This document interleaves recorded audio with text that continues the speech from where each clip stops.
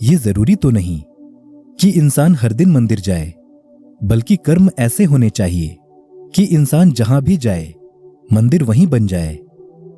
भगवान से ज्यादा कर्मों से डरो। एक बार भगवान तो माफ कर सकता है, लेकिन आपके कर्म नहीं। कोई भी व्यक्ति जन्म से भाग्यशाली नहीं होता, उसका भाग्य बनता है उसके कर्म से। आप जो भी कर्म प्रेम और सेवा की भावना से करते हैं, वह आपको परमात्मा की ओर ले जाता है। जिस कर्म में घृणा छुपी होती है, ऐसा कर्म आपको परमात्मा से कोसों दूर ले जाता है।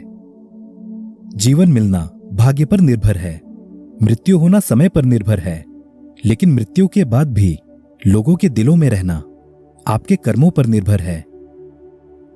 इंसानियत दिल में होती है, हैसियत में नहीं। ईश्वर कर्म देखता है, वसीयत नहीं। जो आपके साथ बुरे हैं, उनके साथ ना अच्छे रहो और ना ही बुरे, सिर्फ उनसे दूर रहो। अपना समय यह सोचकर बर्बाद मत करो कि दूसरों ने आपके साथ क्या किया। धैर्य रखो, आपकी जगह कर्मों को उनका जवाब देने दो। दान धर्म करना इस पूरी दुनिया का सबसे बड़ा कर्म है। भाग्य से जितना ज्यादा उम्मीद करोगे, वो उतना ही निराश करेगा, और कर्म पे जितना ज्यादा जोर दोगे, वो हमेशा उम्मीद से भी ज्यादा देगा। आपके कर्म ही आपकी पहचान है, वरना एक नाम के तो हजारों इंसान हैं। जो दूसरों को धोखा देते हैं, किस्मत उन्हें हर रोज धोखा देती है। अगर किसी के लिए कांटे बिछाओगे तो वापस कांटे ही मिलेंगे, और यदि किसी के लिए फूल बिछाओगे तो आपको वापस फूल ही मिलेंगे। अच्छी सोच रखोगे तो सब अच्छा होगा, अगर बुरी सोच रखोगे तो सब बुरा ही होगा। इसलिए सकारात्मक रहिए, यही कर्म है। अच्छा हो या बुरा हो, कर्मों का फल जरूर मिलता है। फिक्र मत करो, आपकी गलतियों को आपके कर्म ढूंढ ही लेंगे। किस्मत उन्हीं की अच्छी होती है जो कर्म अच्छे करते हैं। सफलता चाहते हो तो ईमानदारी से मेहनत करना, सफलता अवश्य मिलेगी। अगर किसी को कष्ट देकर सफलता पाने की कोशिश करोगे तो असफल ही रहोगे। पक्षी जिंदा रहने के लिए चींटी को खाती है, और जब पक्षी मर जाते हैं तब चींटी उन्हें खाती है। वैसे ही एक पेड़ से हजारों माचिस की तीली बनाई जाती है, लेकिन एक ही माचिस की तीली काफी होती है हजारों पेड़ों को जलाने के लिए। किसी को धोखा देकर खुश मत होना, कर्म है जो सबका हिसाब रखता है। बुद्धिमानी और ईमानदारी से किया गया कार्य कभी व्यर्थ नहीं जाता। व्यक्ति की सफलता का कारण उसका भाग्य नहीं, अपितु उसके कर्म होते हैं। ऐसे कर्म जो किसी के भले के लिए किए जा रहे हों, उनका परिणाम कभी बुरा नहीं हो सकता। अगर आप जरूरतमंद लोगों की मदद करते हैं तो ईश्वर भी आपकी मदद करते हैं। अपने कर्म अच्छे करो, वरना आपके कर्म आपको कभी मुक्ति नहीं देंगे। वर्तमान को अपने कर्मों से अच्छा बनाओ, ताकि आपका भविष्य भी आपकी तरह अच्छा हो। बुरे कर्म करके अच्छे भाग्य की कल्पना भी बेकार है। यदि हमारे कर्म अच्छे हैं तो हमारा भाग्य भी सुंदर होगा।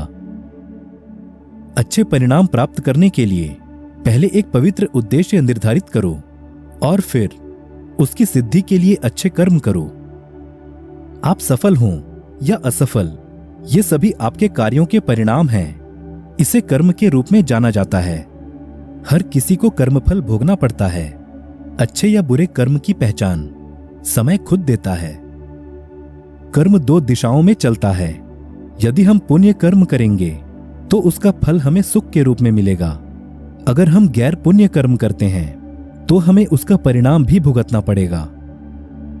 अगर आप किसी और के साथ गलत करने जा रहे हैं तो अपनी बारी का भी इंतजार जरूर करना। माना कि कर्मों की चक्की धीरे चलती है, पर पीसती भी बहुत बारीक है। कर्म का एक प्राकृतिक नियम है, जो लोग दूसरों को चोट पहुंचाएंगे वो अंत में टूट जाएंगे और अकेले हो जाएंगे। समस्याएं हों या फिर सफलताएं, दोनों ही हमारे कर्मों के परिणाम हैं। कर्म वो आईना है जो हमें हमारा असली चेहरा दिखा देता है।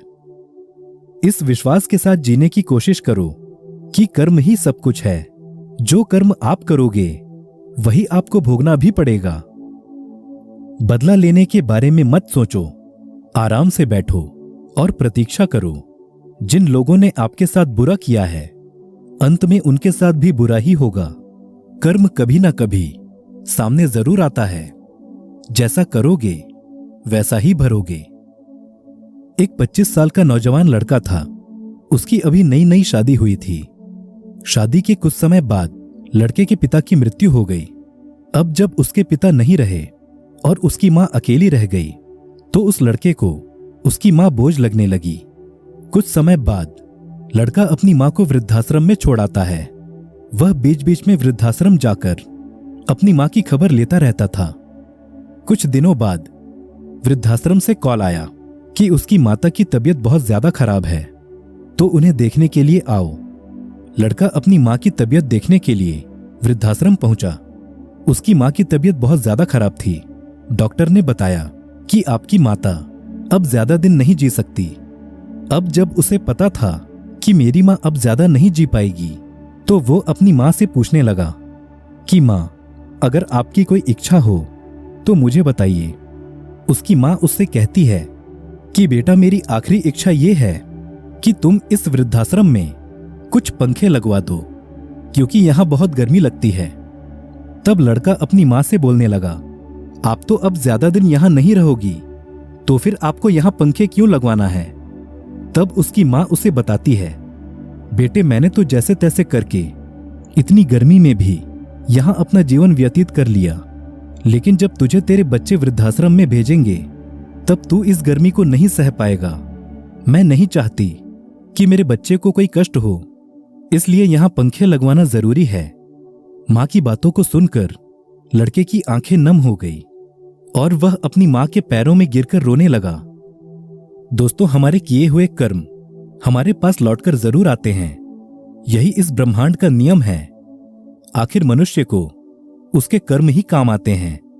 जिसने अच्छा कर्म किया होता है उसके साथ अच्छा होता है, और बुरे कर्म करने वाले लोगों के साथ बुरा होता है।